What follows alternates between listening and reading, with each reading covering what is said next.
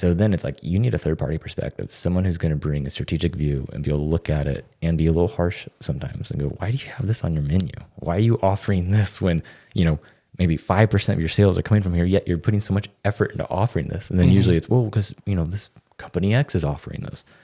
And so I would definitely say it's worth it, because it's like a therapist where you're getting the, this third party perspective, and that just adds value in so many ways, or brings things into the light.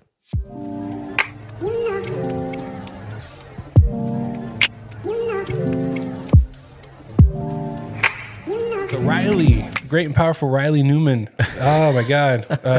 I feel like I've been waiting forever to talk to you. I'm so happy you're here, because one, I'm going to pick your brain, and two, it's going to feel like it's I'm taking advantage, because I know you charge a pretty penny. We're just chit chatting, it's always just chit-chatting. We're just hanging out. Yeah. So if you want to tell the listeners or the viewers, who are you? What do you do? And what made you want to do it?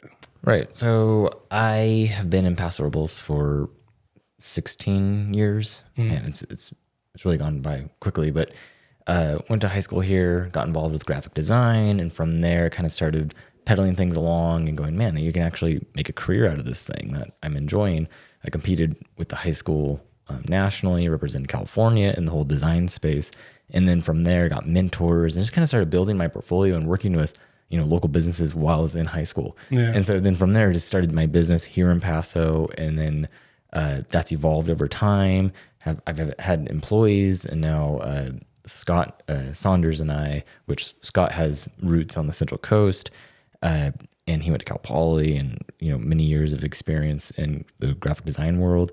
And now we've kind of just created Motif Brands that has become this powerhouse of rebranding and brand strategy, just overall brand transformations for businesses that some are brand new businesses, but also that have been around the block, that have had 7-10 years experience, and now they're kind of hit a plateau and they're wanting to take it up a level. And so we've really just been winning awards internationally, just to flex. Yeah, getting like recognized by some large publications, and just being able to move the needle and represent Paso Robles as we're a small town, and so it's cool being able to go, hey, this is like, we're actually able to do some of these big moves from here in Paso. Yeah, no, I think Paso has a very small mom and pop mentality, but with like big city ambitions. Oh, yeah. Anytime we hear something about Paso being mentioned somewhere, we're like, oh, snap. Like, that's us. Yeah. Yeah. Travel Paso. I'm guessing you work with Travel Paso.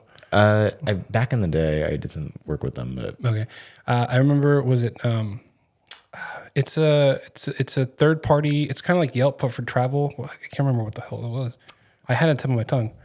TripAdvisor, something on the where that's Paso got owl, with the owl.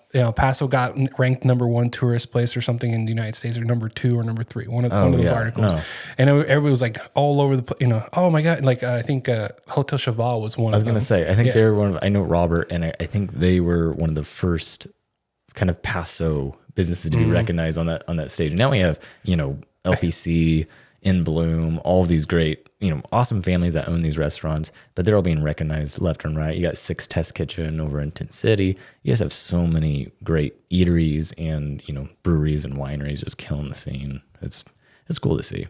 Do you feel like there's like a domino effect after one business, second business, third business started getting highlighted that way? All of a sudden there's like a rush or like a wave of, all of a sudden everybody wants to look into Paso now. I think there's, because we get featured in Edible or Eater and all these other just wine travel. enthusiasts. Yeah, exactly. Where you kind of start. It's like this gravitational pull where then people hear about Paso, and then they're early. It's very similar to like in the consumer space when you have like product adoption, where you have the early adopters who come to Paso. No, they've been coming here for 10, 20 or 20 years, right, and they've seen it grow. And then the word starts getting out, and you have people who come here because they're from Beverly Hills or Malibu or LA, and they want to come here because it feels rural, right? Mm-hmm. And then they start telling their friends, and it starts just kind of snowballing. But at least I'm happy that our community has the chops to back it up, and even the lights we're doing in downtown and stuff like that, where we are presenting nicely, and we're such a safe community, and we actually care about like the locals, so it's good. I'm proud of where we are as a city and how we're protecting kind of our local vibe. And we're not just, there's not a West Elm in downtown. Yeah. Are there any like entities that you appreciate are around to help with that? Because for me, it's like Paso Robles Main Street. They do a good job. Paso Wine does a really good, Yeah, I think Joel over at Paso Wine Alliance with his team, they've done a great job representing just overall, Paso wine, because that's such a large like portion of what our city is, and so many lives are affected by it. Is that I think could easily kind of get very outgrown, and so they've done a good job kind of keeping it pruned and keeping it presentable and very driving these wineries forward in a healthy manner. And I know wineries have had a couple hard years, but it's still it's great for our community to be able to have that control. Yeah. I see you walking around downtown every once in a while. Are you doing that just because you need to stretch your legs? Our office, or are you doing that to like check out the businesses and eventually like get a new client? Like, what is that like? No, because it's mainly a lot of the businesses around here I know personally, the owners, and we've become friends over the years. So it's more of run into people I know, or just kind of, I call it my block walk. Okay. And that's where, because our office is right downtown, so I'll usually go stretch my legs, walk around a bit, stop looking at a screen, and just kind of listen to a podcast and walk. And it's a nice, I can't take our nice downtown for granted, being able to look around, It's quiet and it's clean, and just being able to sit on a park bench for 15 minutes and enjoy it. But yeah, it's nice to run into people though. Yeah. No, I like downtown. There's times where I would just walk just to not even get food, not even get anything.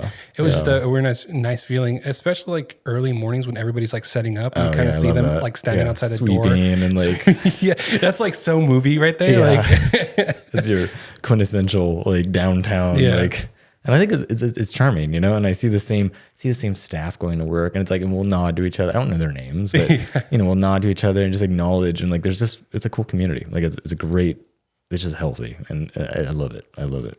Yeah, there's been plenty of times where I hear people coming from the city, and they come down here, and they're so like speechless sometimes because we're so nice, and people say hi. Yeah, when you're in the city, and I've experienced this a few times. You're walking down, you see somebody who's kind of talking to themselves a little bit, and you kind of have to ignore it, right? Right. Here, it's like, hi. Oh, are you talking to me or someone? Are you talking to yourself? You're hi. It's not even an employee saying hi to you. It's like somebody else is walking by. Like, hey, how's it going? Like them or something. Yeah. There's so many times on my block walks where I'll see someone who looks confused, or they're looking at their phone. I can just tell they're a tourist. I'm like, you're looking for something? And then they're like, oh yeah, actually we're trying to find, Cal Coast, or we're trying to find this, or is on this street. And I'm like, oh yeah, here, let me show you. I've walked people places. Like I've literally been like, hey, just follow me. Or like, they're trying to find Jeffries, which, it's a hard to communicate that to someone. Like, hey, just find the alley. Yeah, just go down the alley, brother. Yeah. And so I'll like, hey, come with me, and I'll walk them over by like, cereal, and be like, hey, it's right down here. Yeah. But it is, it's fun. I feel like our town it's magical in a lot of ways. And I feel like, the people who we have as leadership, and, the local business owners, everyone has like the same, I personally feel like everyone's kind of on the same page of where we're going as a city, but I could be wrong. Do you ever feel any pushback as growing too fast? You do. You hear that. I've heard that ever since I moved here in 2008, where you always do get that kind of tug of war of, oh, we're going too fast, we're becoming too commercialized. But it's also, I think I was reading this book and talking about like the trifecta of you got to be able to draw on tourism, but then also keep the housing available for locals to benefit and be able to live here without that getting out of control, and just being kind of like there's a way to balance it, and the natural beauty of the place. So I think there's a lot of kind of benefits to our area, and just being able to keep that in check. But I think we're doing a pretty decent job so far. Like it's a lot of investment and kind of moving forward in areas, but. Yeah, I like to think the same thing. Obviously, I hope there's checks and balances with it. Yeah, because there's plenty of times where I go, or I start hearing about certain things, and I'm just like, well, I don't know enough, so I'm not gonna chime in. But it kind of makes you think like, okay, what don't I know? Yeah, what don't I know about the freaking trash can pickup being policy? 12, it's going up 12%. Nobody said anything. Like, I don't think anybody really knew it was going to go up. The small details. Exactly. But I think that's why, like, I've always tried to be involved, whether it's with the chamber, but now it's like I'm on the committee with the Parks and Rec and the public art with the city, but that's even nice because you're hearing about things and what's in the works, how things are progressing, and even just budgetarily, you're hearing, okay, we invested this much for the lights in downtown park. Okay, what was the return on that, right? Right. And we run like the Visit Paso Instagram, so we're always seeing like, oh my gosh, that was ever since we did those lights, we've had a tremendous increase of people tagging us who are coming to Paso, and celebrities and people who Like just come to actually visit. using the handle Visit Paso. Right. Yeah. And so that's, which a lot of people do anyways, but since those lights that we've had in downtown, especially during the holiday time, that was massive, but we've had a huge increase. Sensario alone is, they draw a lot of people in. They're killing it. But it's cool. It's neat to see the city be able to invest in these things, and you're seeing the real response, just in a very grassroots fashion. And so coming from like brand and marketing, I'm like, okay, the Paso brand, I want to be involved and help, proliferate how this is going and help manage and help go, okay, this is like the city has potential, our area has potential to benefit so many lives and the locals, and then the marketing of that, in so many ways. But it's really interesting to watch. Yeah, I've grown up here. I moved away in 2012, moved back in 2016. Yeah. I think we got hired around the same time, because I remember briefly working with you. Yeah, we had And at the moment I started working with you, you were already like thinking about like branding, like everything was brand, like the way things work and all that stuff, and I was like, okay. And I like to think of myself like, I don't like mimic, but at least it brings that out of me too when I hang out with people that way. Oh yeah. Yeah. I can be smart if I hang out with smart people. I can be, that kind of thing. You can be dumb if you hang out with dumb people. Yeah, exactly. Right. You hang out with, you're the average of the 6 people you hang out with, pretty much, right? But I remember you were doing that, and then I started thinking, and then you disappeared on me and went to do other things, and I'm like, oh gosh, like I wish we hung out more. But it was one of those things where like I saw your growth and I saw you moving forward through Paso, and I was like, and even right now, like when I think of you guys are like, it feels like you're kind of like on the behind the scenes, like Oz, where you're kind of looking at things and observing, and then putting in your inputs here and there. Right, and now that you're coming up on like articles and stuff like that, how does that work? How do people find your articles? Or how do people pick your brain to be on an article? Typically, or companies. That to me has always been like, it's just like in business, like it's trading up, right? Where you start off something small, and then a journalist, and journalists are always looking for, pieces, insights. Yeah. And so then you kind of start entering these different little streams where they go, oh wow, you're featured on Forbes or Inc. or whatever, and that increases their trust in you, and then you're kind of put on their short call list, or they add you on LinkedIn or whatever it could be, and then they're also I might send them a book, or they start following the podcast, and so then it's just kind of top of mind, right? Yeah. And that's where then they go, oh wow, you talked about this on the podcast. What do you think about I don't know, Jaguars rebrand? That's a big one. And yeah, you guys spent a couple podcasts on that one. Yeah, I think we talked about it a little, and then Adam from Up and Adam, he had me on his podcast to talk about it, and then there's a couple, like the drum marketing, they had me talk about it, and I think Forbes or Inc., they wanted me to talk about it, but because that was a big deal, really a big deal, like in the automotive space, and then also in the marketing brand space, because it was a big mistake. Personally, that's what I think. Yeah, I'm going to clip this, and they're going to, I'm just kidding. Yeah, because either haunt me in 5-10 years, or it will be like, oh, he was right. I mean, for the most part, I think documenting and sharing your thoughts over the course of the years, you found yourself to be more on the right side of the answer, right? Or typically. Yeah. Do you ever think back and go like, I should have doubled down on whatever that insight was, or that thought? The main one that haunts me is Tesla, where I bought Tesla in 2016 because my theory on, okay, this is not a car company, this is an energy company. That was right when they bought not Sunrun, but the green one, the green solar company, and they bought that, and I was like, okay, they're doing something interesting. I bought a bunch of Tesla shares, and then I got over 100-something% return, and then I sold, and that was a mistake.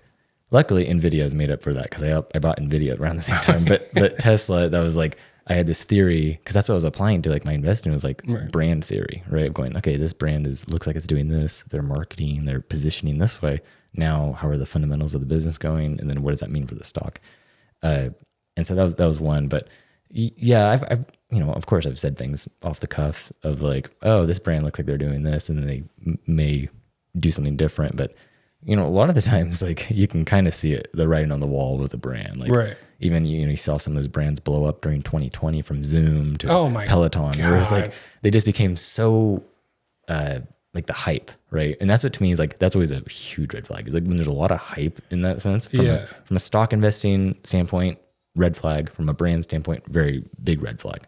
And, from WeWork to Peloton to Zoom, all these brands that just kind of have blown up. Trump and disappeared. coin. Yeah, no, yeah. Now with the crypto coins, the now you crypto. have like so much hype. Yeah. But in Peloton, it's like they lost their way. They became, and that's what we've talked about before. Is like you can have a product that gains traction due to a trend, but that doesn't mean the brand's going to stick around. You're having that brand kind of compounding over time, and there's a big difference. And people, I think, sometimes blur the lines between those. Mm-hmm. So your articles have been used, or your book, or your thoughts, or your ideas have been used in articles nationwide, right? Mm-hmm. Let's bring it down to smaller scale. Do you see any local companies that are doing great? They're on the right track, or do you see somebody who a company or a person that's going like, I don't know, I think that's going to bite them in the butt like in a year or two? Like, do you see that kind of thing? Is it hard? Is it just happening automatically, or do you actively look for it? You see it. One great example of someone who's killing it is like 805 and Firestone. We're very proud to have them in our backyard, and they're killing it with the 805 and just the lifestyle brand that they've built. But there's other ones I see where I'm like, okay, they're doing a good job. Like, Sextant Winery, or even like Six Test Kitchen. Like, I feel like they're doing a solid job of creating this experience, right? These brands are focused on creating experience. And, right. Granted, both those brands are more luxury focused, but they've created a good job positioning themselves in the market when it's easy to just kind of follow suit. And that's kind of the red flag for a lot of businesses, especially wineries and those ones around here where it's like, they'll just start following suit of what other brands are doing. Right. Oh, they're doing this, or now they're doing TikTok dances, or they're doing, and we talk about this all the time on our Brandy podcast, but it's like you shouldn't be doing that as a brand. You shouldn't be just following suit what people are doing. Those are reactions. You're not being responsive, and there's no strategy. It's just you're joining the white noise. I mean, that makes sense. I think there's a lot of time. I think when that happens, you not get annoyed, but you kind of like brush it off, like, and you look at another brand that's actually doing something very unique, or actually enhancing the experience rather than just following suit, right? Yeah. And so, is there? Let's say somebody came up to you and said, "Hey, I want to be different." What would you look at? So there's a difference between being different and being distinct. And a lot of companies they'll sum it up, and when they think they're being edgy, they'll be like, I want to be different. So they start looking at the market. And just by there, you're starting off by looking at comparison. So then you're going to look at, competition A, B, and C and go, okay, what do we do that's going to be different, right? And then that's when you start getting people throwing out kind of ideas of, oh, we'll just do this because that's counter what the market's doing. That's not distinction. Distinction in a brand is looking at and going, what are our strengths? What has built us this so far? And I always talk to clients and be like, hey, what's your bread and butter? How do you make money? What do people happily pay you for, right? And usually the companies become so kind of it's lost its focus, is that now they're offering all these services and products, and it's like no, but you're known for X. Why aren't you just focusing on that? And so the distinction would be, okay, the brand, everything's going to focus on that strength. That's like a SWOT analysis where you look at your strengths and weaknesses, but then being able to have the whole brand lean into that and then go, no, this is for our market. This is who buys it. And this is how we're going to actually lean into that as a brand and position everything around that and really protect it and then blow it up. And so that's, if someone were to look like, hey, I want to stand out in the market. It's like, okay, well, what are your strengths? Right. And then if it's just like someone else, then it's like, okay, well, that makes you average. That's not a strength. Would you say like double down on your strengths, pretty much? Yeah. And that's, if your strength is being rewarded by the market, that's a really good sign. Is that then you're offering something of value to the market that's increasing that value. So then you've already increased the, intrinsic value. So now it's looking at the perceived value and go, okay, brand is going to then blow the lid off that and take it up a notch. Because now you're dealing with the subjective and the emotional with certain buyers. Mm-hmm. Do you recommend people, let's say not you specifically or your company, do you recommend people hiring a branding company, or do you depending on the size, you get like, you just give them the advice and like see what they do with it? Like, what is your requirement? And two, does everybody need a brand person or company to help them out? I would say there's a lot of advantages to hiring a branding agency or a brand consultant, because you are getting that third party perspective.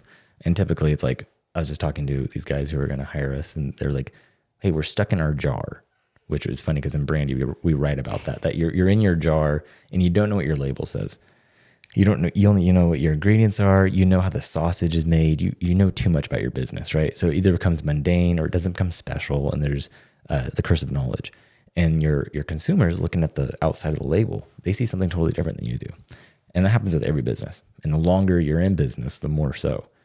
So then it's like, you need a third party perspective, someone who's going to bring a strategic view and be able to look at it and be a little harsh sometimes and go, why do you have this on your menu? Why are you offering this when, maybe 5% of your sales are coming from here, yet you're putting so much effort into offering this? And then usually it's, well, because, this company X is offering this. And so I would definitely say it's worth it, because it's like a therapist where you're getting the, this third party perspective, and that just adds value in so many ways, or brings things into the light. Yeah. I like that answer. I like the jar answer, because people are reading the ingredients outside, and you're just kind of marinating inside and not really exposing yourself too much. And I think in the book we talk about like peanut butter, where it's like, okay, if you're inside the jar of peanut butter, you're just crunched up peanuts. Dirty peanuts are crunched up, maybe with a little dash of salt.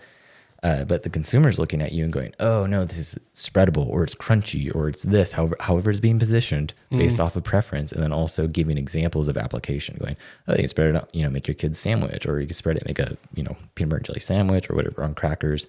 There's totally different kind of intents. Collaborations. Yeah, exactly. It's like, the collabs. The collabs of businesses. Do you see a lot of people doing that more? Because I feel like on Instagram, for some reason, I feel like that's like in my head one of the popular ones right now. But I know there's X, there's TikTok, there's all these other platforms now. There's a lot of collaboration going on, whether or not it feels like they're bringing value. It's just happening now. Is that in the forefront of people's mind? Do you see that happening more often, or is it died down, or is collaboration just one of those things where like, hey, just tag people, just make sure they're mentioned? Yeah, well, I think improper use of collaboration is doing it just for exposure. And that's where I think, again, we write about it, where you don't take shortcuts. Don't take shortcuts with your brand. That's short term. That's not strategy. That is tactical. You're looking for a shortcut. And it's, hey, let's collaborate, and then I'm going to benefit from your audience and you'll benefit from mine. That's all exposure, right? That's ridiculous. That's like buying a billboard. It's like, yeah, you'll get exposure, but is it the right people driving by? This is kind of silly. However, collaboration for what I call like brand association, that makes sense, where then you could have two brands working together where there is cross-pollination. So if you are a high-end restaurant or something, then you collaborate with a high-end wine or something, and you're working together, or you do a special blend or something, right? Then it's cool. Then you're actually be able to cross-pollinate your audience and be able to go, okay, our association actually benefits, and people start connecting those dots. So one of the big collaborations I see often is giveaways. Oh yeah. Is that yes, no, thumbs up? You should have another show called Thumbs Up, Thumbs Down. we did think of one where we're like, okay, we've got the Brandy podcast. Yeah. I might do one that's called Brand Spankin'. Just make them make them like 4 or 5 minutes long, just quick digestible things. Oh my God. Well, we have the Brandy shots right now. Those are shorter form episodes, but we're thinking of maybe Brand Spankin' or something where we're gonna critique brands.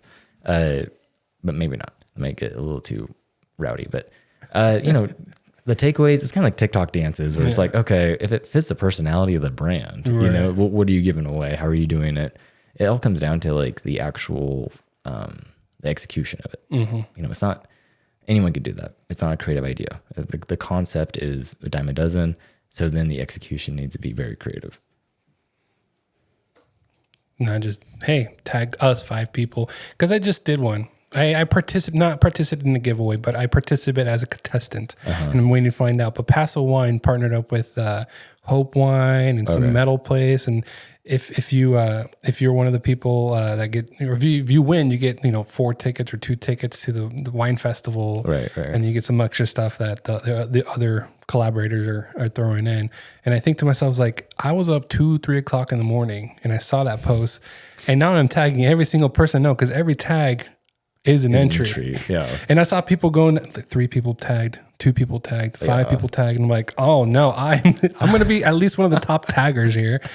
And then, like, obviously I don't want to bug everybody, but I limited myself even then, which is a crazy mentality to have, because I know the more people I tag, the more entries I'm going to have, the higher the chances are.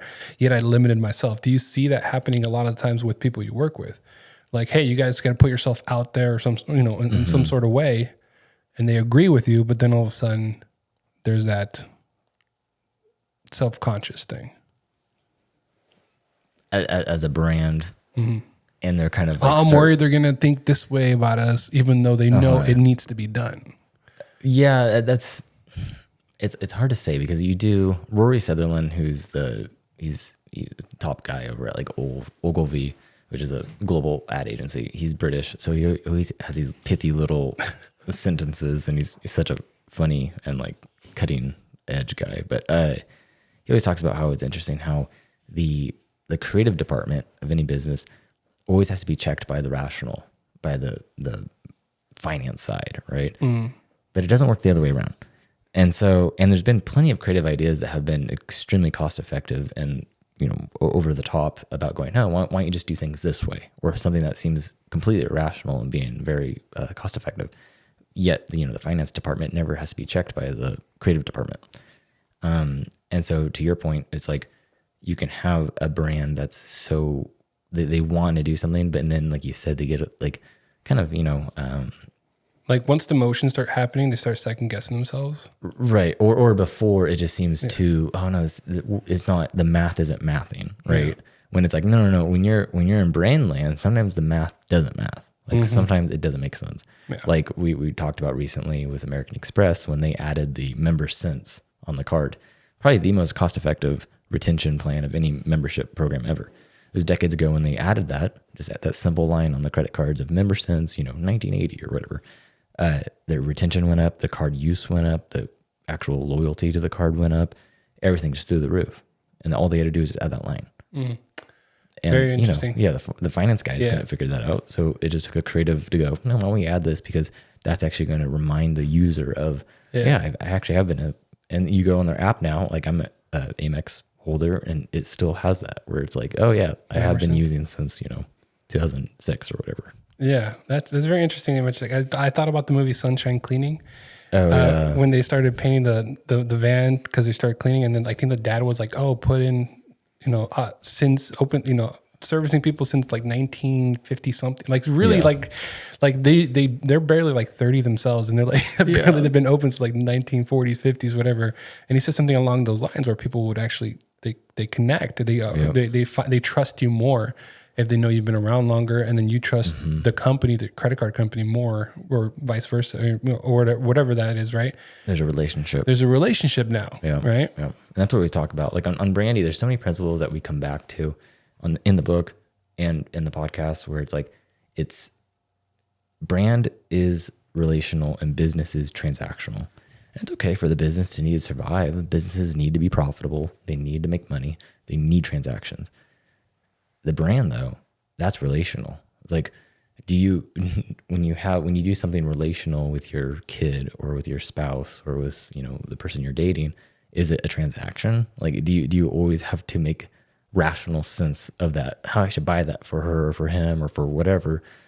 Is it actually a rational decision? Most likely not, because there's emotions, there's a relationship there that you're investing in. The brand's the same thing. It's like, you can smell when a business is just transactional. It doesn't smell good. And the consumer can pick up on that more and more because we've had good experiences. Right. Like, how does Amazon do one day delivery? It's because they've invested so much into the brand, where the company is actually like the cash flow of it is all going back into the company. So they're able to do these massive investments on the brand to increase the brand experience. And now it's changed the standard threshold of experience for all companies. So it's very interesting when you start seeing like it becomes exponentially powerful when you're just looking at brand. Right. So something that a lot of people, or something I know for sure since I was a kid, delivery, like pizza deliveries, right? That was a big, because we just talked about like one day delivery, or whatever. Yeah. And my mind went towards pizza. And then from there it's going towards like Grubhub and stuff like that. Right. Yeah. So like, for example, when I was a kid, the commercials or something always said like, hey, your pizza's there at this time or your money back or something like that. And back then you can get from one side to Paso in 5 minutes. Now it's like 20, right? So do you see any brands that like have either, what's it called? I'm terrible with words sometimes. Not forgot, but completely like dropped their idea of what that original part was. Oh my God. Like drop the ball? No, it's, oh my God. It's like tip of my tongue. I know I'm thinking about it. Oh my God. Not sacrificed. It's like, that's too extreme, but like abandoned. There we go. Abandon the idea of what they originally were, and then completely changed like their mindset. Cause now I don't really hear 30 minutes or less. I might see it in an old movie, an old TV show or something like that. Yeah, but now it's Domino's, like pizza. Yeah. They're probably the only ones who like stick with that.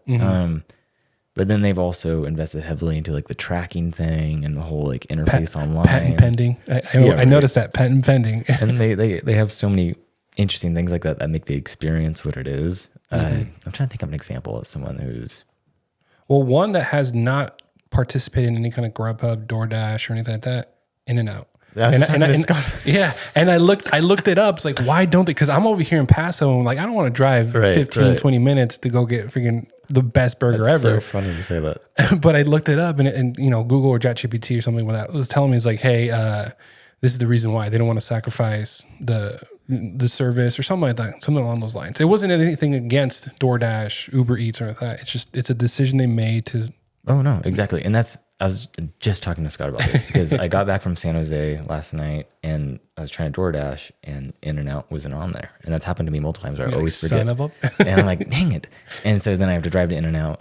But I was thinking about it, I'm like, and I was telling Scott, I was like, you know, it's so funny that you have that strong of a brand, that type of pull as a brand that you can bypass going, no, we're going to forego on the DoorDash, Uber Eats market. Yeah. Because people will come to us if they really want to come to us.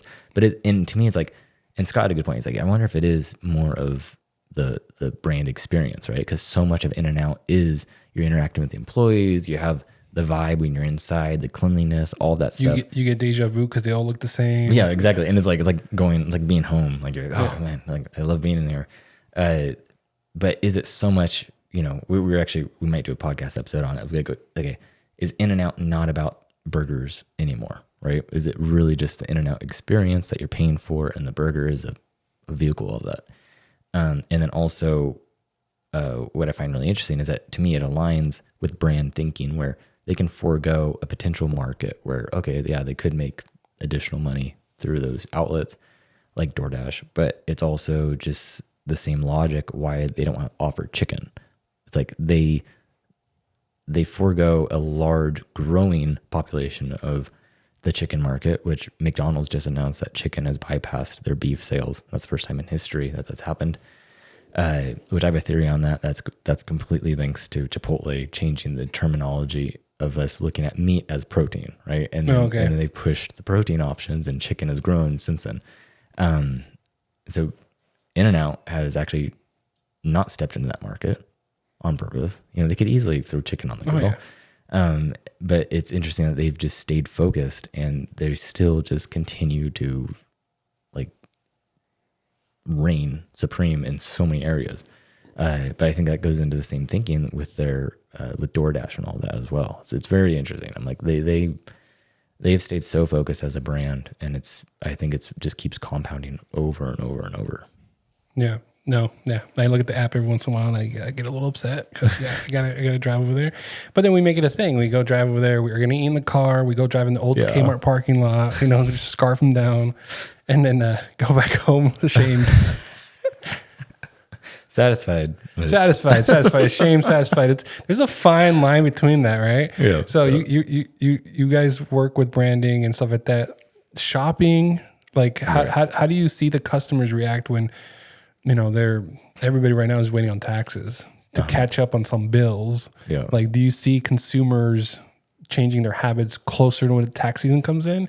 Or like, obviously I think that's happening, but like, what are your thoughts on that? Like, I just mentioned before we started the podcast, like people are starting to like slow down in business in general and they're spending and stuff like that. So what do you think goes through people's mind? Because obviously there's a very similar mentality, whether it's a consumer or a business, small, that they kind of limit their spending until they get better news. Yeah. I would say, because a lot of it, when you look at consumer behavior, it's like you do have a lot of those, like, it's almost like Freakonomics, where you go, okay, yeah, the tax, people waiting on that, people waiting for payday, all those things for the paychecks to hit. You have ebb and flow with that.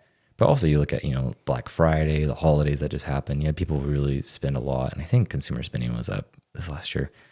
But then you do have that kind of, okay, rest and recover season at the beginning of the year where people kind of are starting to recharge a little. And they're trying to find their footing for the year and get a better pulse on it. Last year was definitely, I feel like people were a little insecure with inflation and everything as well. So you may have kind of a supercharged moment where now you have people kind of starting to rev up again and spend money. But yeah, that's, as a brand, it's like that is always something to consider is going, okay, how are the spending behavior? How is that moving the market? Because that's what I always mention is like the consumer behavior, human behavior, that can change markets. Right. And the market follows that.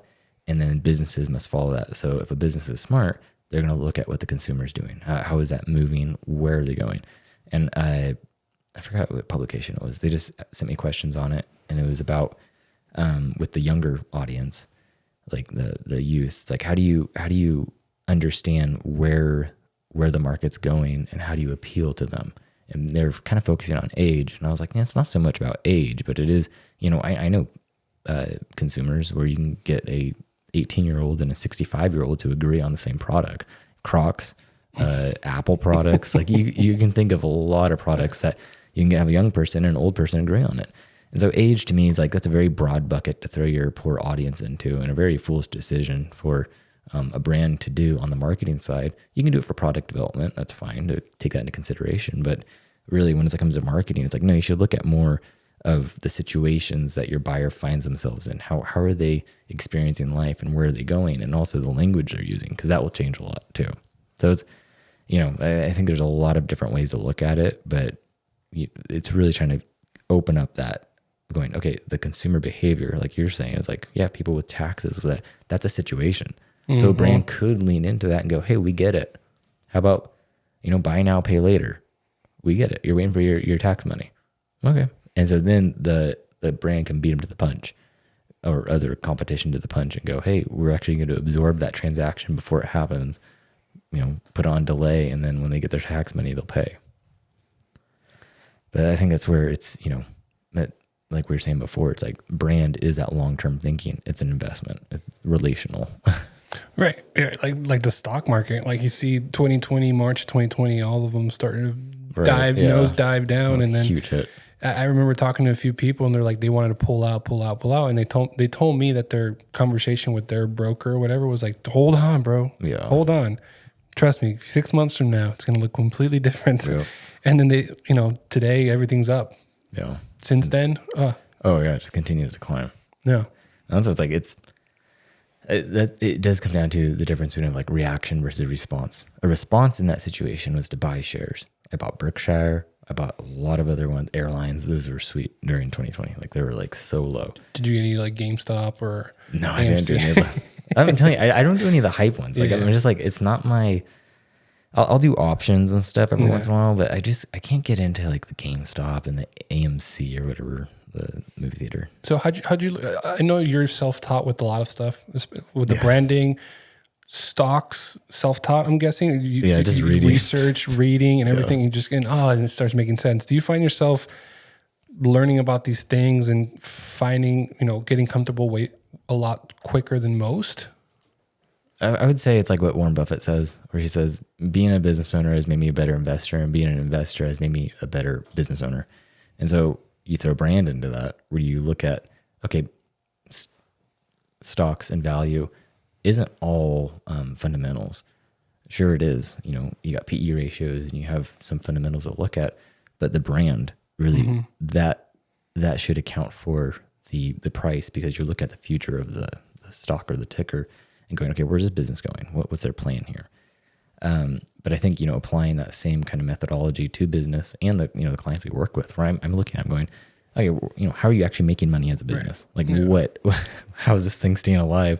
Oh, you're charging hourly? Like, okay, well, let's exercise that, right? Because a lot of service businesses, they're still charging hourly, which is a kind of a death wish for a lot of service businesses, especially as services get commoditized by cheaper services available online and alternatives, and then also AI now. So it's like you got to start looking at how these things function and work together. And to me, they all just kind of they all work together. Everything's a system. Everything's a game. And things just there's a certain way to play certain games. But I think from reading and just kind of staying on top of news and being curious has helped me a lot in different ways. So if somebody's charging hourly, what would you recommend them if their product or their service you don't think should be hourly? How would you inception them to make it think it's their idea? I would say like hourly only gets you so far. Sure, you can start off on that hourly. That's fine. Get your feet wet. The hourly you are going to run into it because you only charge. There's a cap on it. If you start charging $1,500 an hour to make it worth your time, that no one's going to pay that, because its perception is not conceivable, ill-conceivable, inconceivable. But then also it's tied to your time. So it's literally, okay, you're paying someone to come do the job. It took them an hour and a half. Okay, what was that worth, right? So just by then you're tying it to your time. So you've capped yourself. But to actually go, okay, what are my strengths, right? What are people actually paying me for? What's this end goal they're wanting? Now, how do I like productize that or make it into like a little brand, a little product that I can then offer, right? It could be, 2 hours in the studio. Now let's reposition that as, studio, I don't know, the studio experience. And then that's being packaged as $500. It doesn't matter how much like time that is anymore. You're distancing it from that, because the end outcome is going to be a 30-minute recording or something, right? Right. And so then you focus on the outcome and the actual end results rather than the input of time, because that shouldn't matter. That should just be kind of, I don't know. And I think that's with AI, we're further. That's going to really force people to not focus on time. Yeah. I've noticed my process of being awake late at night. I'm usually really awake. I see you up at 5 o'clock, 5:30 in the morning, and I'm over here like, oh, I should go to sleep. But that's bedtime. That's just how my mind works, especially when during the day I have other things going on with the family, with the business, and then at the end of the night, it's like it's me time, right? Everybody's asleep. That's when I start working, kind of working on myself a little bit, really like looking at, contemplating or looking back or reflecting on what I want to do, what I did, kind of thing. But I lost my train of thought. What were we talking about? Time and AI. Time and AI. Oh yeah, so AI. Like I find myself really relying to satisfy my curiosity by going into AI and asking very specific questions now. Oh yeah. When Google gives you 20 fucking pages. Oh. Yes, we curse on here. 20 pages. 20 pages of just nonsense sometimes, right? And then ChatGPT, I'll ask it very specific ones. Yesterday, I asked is like, hey, how many days of rain do we have left in 2025? Interesting. Right? And it told me it's based off of all these years, averages, and it always guarantees me it's not going to be exact, because obviously weather you can't predict that far in advance. And it told me, March has, 8 more days with like 3 inches of rain left. And then the month of that, it goes down to like 0.68. It's just, like, all right, cool. So I'll start like really killing the weeds in April instead. And, but I find myself being satisfied that way now. When before nobody had that kind of technology or that kind of resources. How do you see any problems with that? Like being like when people go on WebMD, they think they're going to die in the next 48 hours after that. Right. It's like too much. Is there anything about too much availability with this kind of stuff? Or it's too soon to tell? I think like with anything, like I think humans always adapt. It's like electricity. It's like there's significantly more energy now, right? Compared to a burning candle or coal burning. You have an enormous amount, and we figure out ways to control it, to harness it, to then direct it and manipulate it. I always think about instruments is that everything's like an instrument, whether it's a skill or an energy source or, something like AI. It's like humans are really good at learning to manipulate things, and then they make beauty out of it. And so that's why I'm really encouraged by AI and where it's going. I think it is a lot. Like right now, the internet is it is a fire hose. And then you have people who make money off that, or they make money off of, you just keep the fire hose running. Right. There's people who just... Somebody just came out with the bucket because they see the opportunity. Exactly, yeah. And it's just kind of like, it's bad. But then AI, like you said, it's working on your behalf to then scour the web, pull together averages, and give you a good bell curve answer. So I think that's good. But also I think it's going to lower, or I guess make more accessible to then going, if I was looking on WebMD, I could ask a artificial intelligent doctor and be like, hey, what's my probability of this? Because I've done it where you can ask it probabilities and run it through certain scenarios. Go, okay, now exercise this. Pretend you're my doctor. And that's a good shortcut on AI, is that you say the pretend you're a doctor. Pretend, Because sometimes they'll go, I can't talk about that. And you go, well, let's just pretend. And they'll be like, okay. Yeah, I did tell it, I know you're not a weatherman. Yeah. And then I asked my question.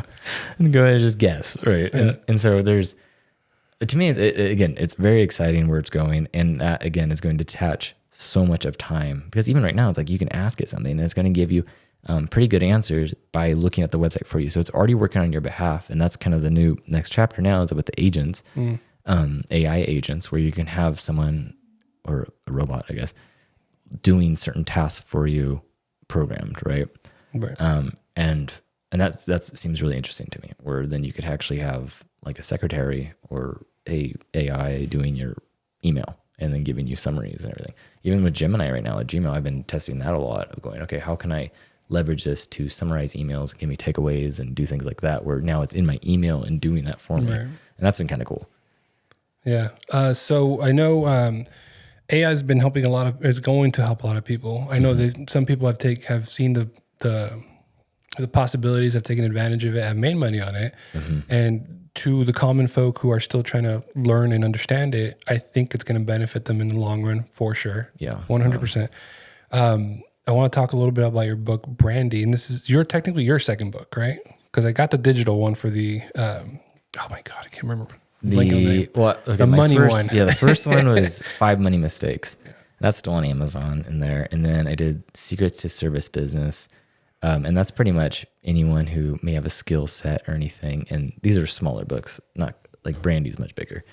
But those are much smaller. And that one, the service business one, is about going, okay, if you do have a skill set, how do you turn that into a business? And that one is actually really fun because it's good exercise. And then I did a small one on compounding. It's like the compounded manual on compounding. And that's talking about compounding financially and also just in general applying that to business.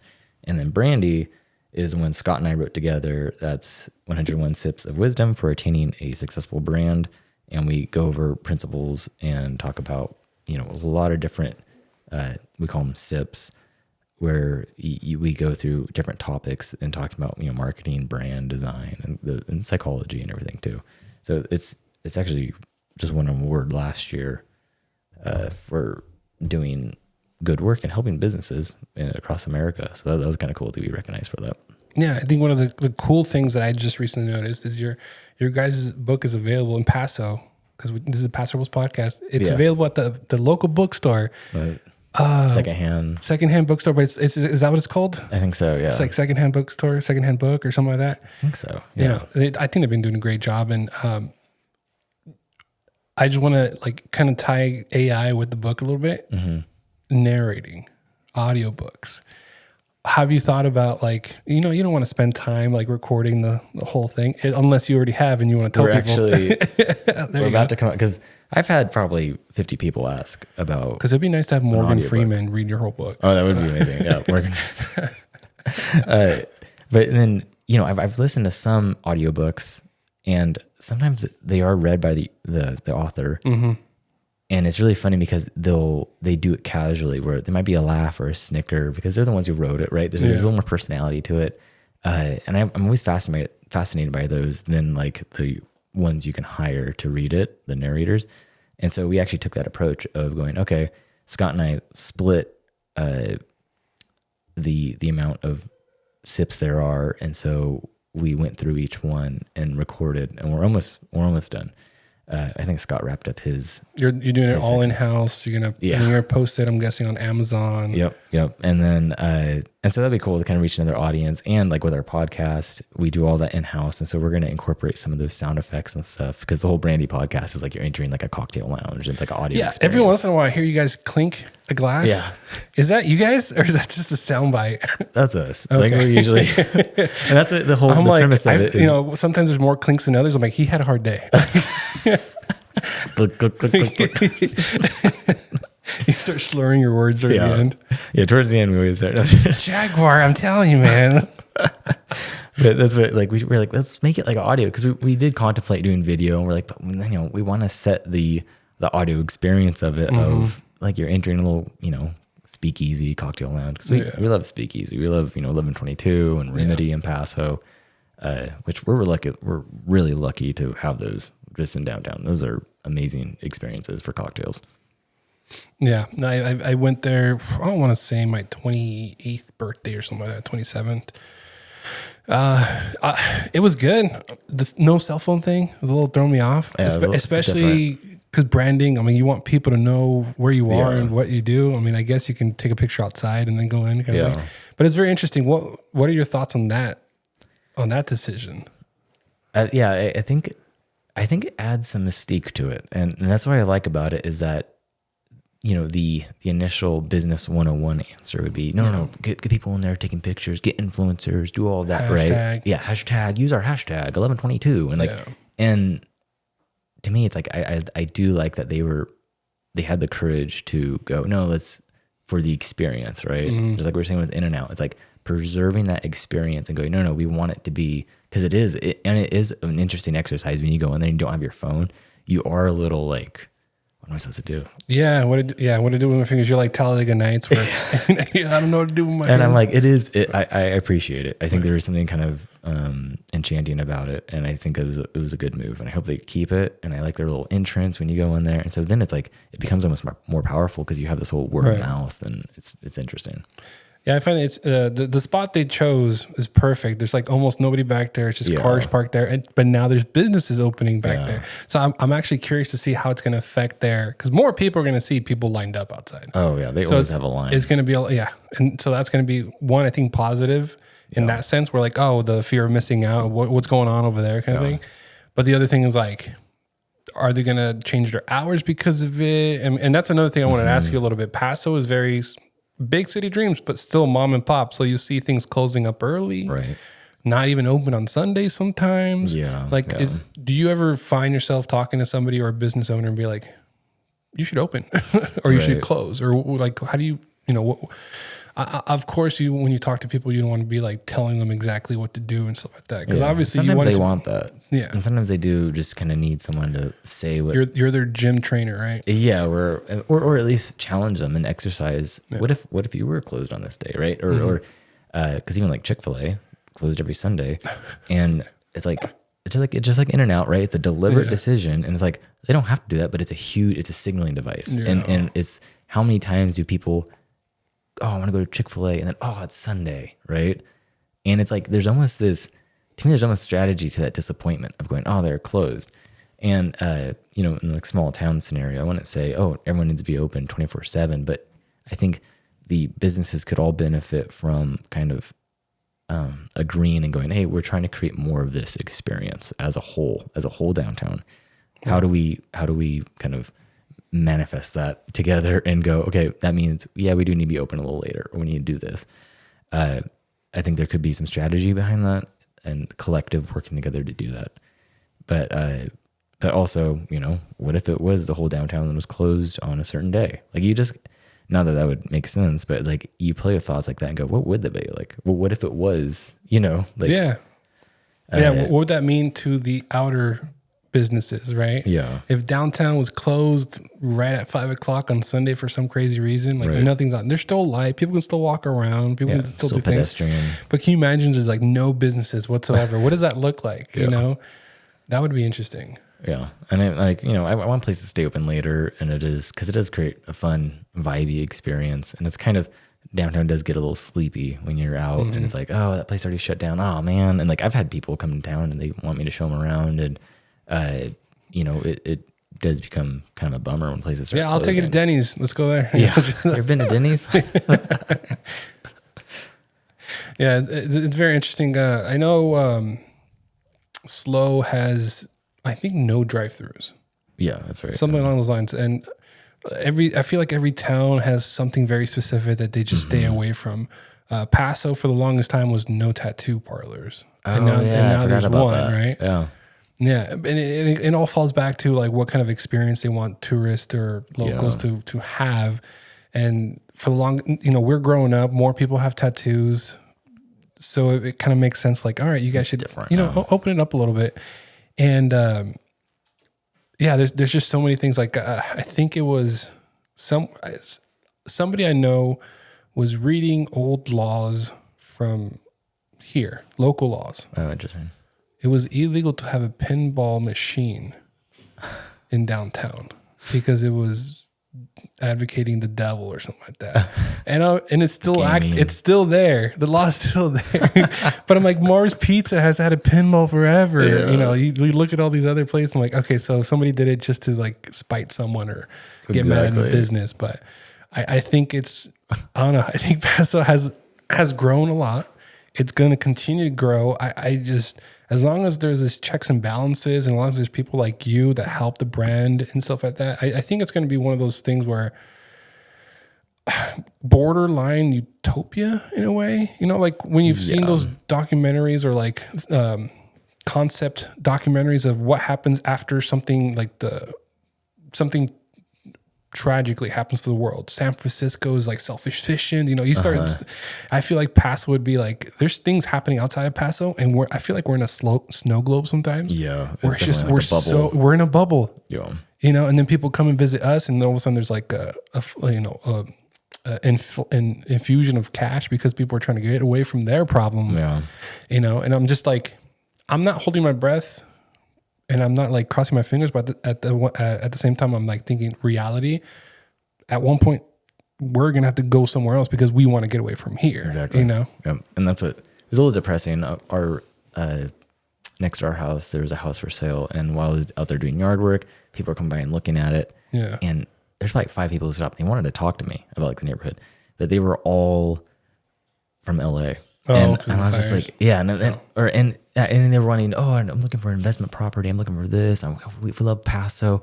And I was kind of like, okay, that's great. That's great for our property values. Get off my lawn. But also it's like, is that like, I don't want the LA people. Like I don't want you guys come up and pay, the restaurants and the wineries here. That's great. Like bring your money here. But I've thought about that too. When they come up, I think in small portions, it's fine. Yeah. Then we can kind of like take over their mentality or their like what their mannerisms are and stuff like that. It's like, become one of us. Right. And then, next, convert them. Next, but when there's a lot of people showing up all at once, then they bring their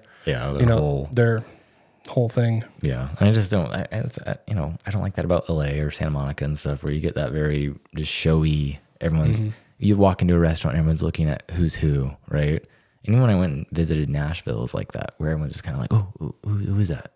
And I don't like that. It's not small town. It's not. So it's like, and that's what Naval says, is that like being content or happiness is being content in a small town. And I think there's a lot of beauty in that because I know so many people, especially from high school, who, get out of Paso, get out of Paso. And they like had that itch. And I'm like, okay, I was like, I'm not a big city person. I'll go there and visit. It's fun. Yeah. But I could not live in a little apartment crammed in a skyscraper and call that home. And a lot of those people are trying to move back. And I'm like, there's something about the small town, this whole growth and progress that we associate with big city. To me, it's almost like cancer, where the death of a big city is progress, because it's like cancer. It's progress for the sake of progress. And the death of a small town is rigor mortis, where you get this stagnation and just trying to keep things how it is and forcing it that way and not actually ever progressing naturally in a healthy way. Then you get like rigor mortis and the thing just freezes up and it's like gridlock. So I think there's a healthy balance. I think there's something where you can actually progress naturally and grow like a tree and have it be a natural growth. That's an interesting take on it. Rigor mortis. Then cancer is, no, I get it. I get it. You know, the great, what was it? Every great power has like nothing, like, what was it called? Julius Caesar, like they got big and they fell. Right. Yeah. Napoleon, everything got big. They felt there's like a tipping point. I hope United States, we still have some time, but it kind of sometimes feel like there's a tipping point somewhere. Right. Yeah. Paso, I feel like we're way too early to even think that there's a tipping point. No. Yeah. Yeah. We're definitely, I feel like it's, and how our infrastructure is that we do kind of have a natural like control on it, which is great. But you're right. There's like a, depreciating returns at a certain point where it's like, okay, you get so large as a city that the thing just starts to crumble from the inside out. And that's what I was listening to this author about that. And I think it's called like the donut theory or something like that, where a big city starts to implode because at the core, it starts to get rotten. Oh yeah. And then you literally have, then people are moving out of the city to have a better neighborhood for their family or whatever it could be. And they get driven out. And then as they're moving out, the center of the city just collapses and no one wants to go there. I feel like that's kind of what happened to big cities in their ghetto, where it was thriving before, and then obviously issues started happening. So the rich people or the capable people who were able to move out and find better left behind these old rotten situations, whether it's the building, the community, the housing, and all of a sudden it's occupied by people who are less fortunate, you know? And then you see that happening. And then all of a sudden the suburbs are looking nicer. And then, you know, Jardine is looking desirable, you know, but that's one of the things I like about Paso downtown is they're paying so much attention for it to not happen that way, where if there's a problem, like the chief of police says, talk to us. If there's a problem, talk to us. Don't just let it happen. Talk to us. If we don't have an answer, we'll find someone who has an answer. Rather than just kind of beating yourself up or beating, you know, the community. Let it fester. Yeah, just don't let it fester. Speak out loud. Say something out loud. And I think that's why Paso Robles podcast is always on the forefront of my mind when I want to talk, because I want to talk to everybody. And then when I do talk to everybody down the street, when I do talk to people like in passing at the grocery store, I start thinking about like, oh my God, they have a story. They need to share it. You have a story. You need to share it.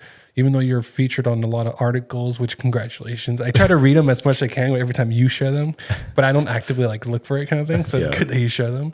But like in my head, I'm like, all right, man, there's so much that people need to know from you. And the podcast is a great way to do that. And that's Brandy, right? Yep. The podcast Brandy. One last question. And then if you want to read a passage or not passage, just mention something. I know I never interviewed an author. Verse 12. Verse 12. And all I think about is New Girl when he's like standing in front of the kids or something. But I don't know. Look for that episode. Last question. Stats. I'm always looking for statistics. There's websites that you can Google and search and and ask. Obviously, I'm asking ChatGPT a lot of questions now. But where do you find your stats and how do you translate them? And do you find yourself keeping yourself in check? Like you don't want to look at them too much. Kind of like the likes on a video on Instagram. You don't want to really rely on that. No. Is that something you keep in mind? Like how do you translate statistics for yourself? Which ones? Let's say the podcast. Okay, podcasts. Podcasts is actually interesting. As you know, like the ecosystem is fairly new. It's broken up among Apple, among Spotify. You know, 50% of our audience is Apple, and then we have like 30% in Spotify, and the rest is like Amazon devices and weird things like that. Like someone's listening to us in their home. Echo? Like I feel bad for them. But so it's interesting keeping track. Hold on. If they're listening to it, Alexa, buy more toilet paper. And so it's interesting seeing how these different whether it's Amazon stats at the book or the podcast stuff, it's like looking at these trends and going, okay, how does this play out? And when we do certain, strategies or do certain content, how does that respond? It's kind of like I use it as kind of being able to reflect on, but I'm not using it as like my goal of, because then when the metric becomes the goal, then the goal is like, why, right? It's like when people just want a certain follower count or something on Instagram. Yeah. It's like, okay, that can be a metric, or if you're using that to show growth or maybe effectiveness, that could be helpful. But if that's your goal, then the metric shouldn't be the goal. That's not the point. And it can be a mile marker along the way, sure, but not the goal. And so even like with the podcast, that's why we don't do advertising. We don't do anything like that. We don't make any money off the podcast. It's mainly just to get information out there and connect with people and share some of our point of view on things. And it's already, it's helping a lot of businesses actually around the world. And like 5% of our Spotify audience is in like Italy. So it's weird. I'm guessing you use Spotify podcasters, formerly known as Anchor. Anchor, right. Yeah. And it's crazy. I've seen when the other podcasts I've produced, I see Germany. And I'm like, who in the hell is listening to me in Germany? Yeah. And we've when what was it called? Chartable. When that was around, I could see like, oh wow, in Zimbabwe or something like that. Like if someone listened to Brandy, you're like, weird. But it's like, it's cool because it does get the word out, and they might buy a book or they might reach out to us and just connect. So it's cool being able to go, wow, the world is that interconnected. And the podcast community is, I feel like it's unique in a lot of ways, where you do get people who either are readers or they're kind of more intelligent in ways where they're curious, they'll listen to something and kind of digest. But kind of like with the AM radio, what the crowd that absorbed back in the day, where you did have people who just listen to talk, conversation, and there's emotional intelligence and, book intelligence with that. But I think it's a cool avenue. Yeah. I mean, radio was digested during dinner, pretty much when you're a family or when you're in the car. I mean, podcast is almost the exact same thing, but it's like on demand. It's available whenever you want. Radio is too, but not specific things or topics. No, yeah. You have to go to a specific channel, and maybe they're talking about at the mercy of the host. Yeah. And that's what it's like normal TV. My kids, they don't understand it. Like even in the hotel this weekend, like, I want to watch this. I'm like, well, that's not how it works. Like I can't just pick it. Turn on the TV, go through the channel, channel surf. Playing? Yeah. It's like, what? Just put on Netflix. And even the ads, they're not used to it. They just don't get it. I think, it's the changing of times. Yeah. Is there anything you want to tell the listeners, the audience, the viewers about you before we call it? And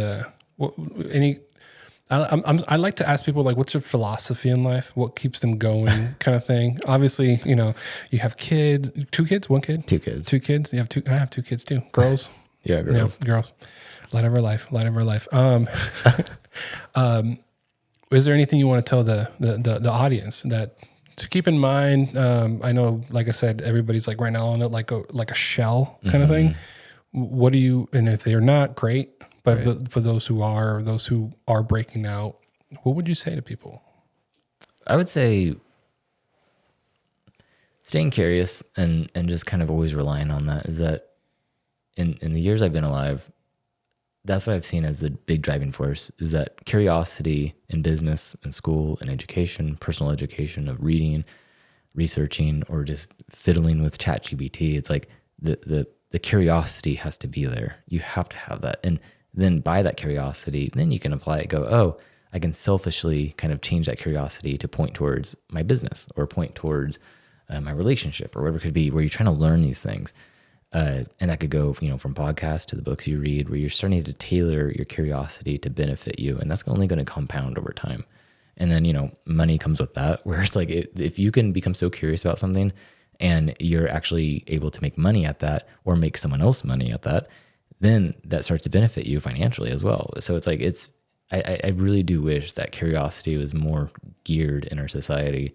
And even like with our kids and our education, it's like, helping them ask the right questions and not just knowing the answers. Because like the answers will only get you so far. Right. And I feel like that's, even with my own daughters, I'm like trying to teach them how to prompt. How do you ask a question? How do you prompt something like AI and helping form that prompt so that they can know the kind of better question to ask. Because if I can train them to ask the better question, they will outdo anyone who knows a good answer.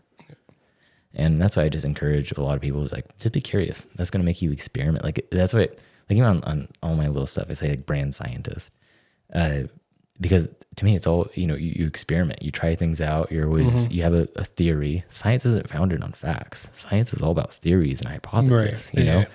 And then things can be considered correct if it's backed up by another study, but it's always up for correction. There's always, nothing's ever cemented.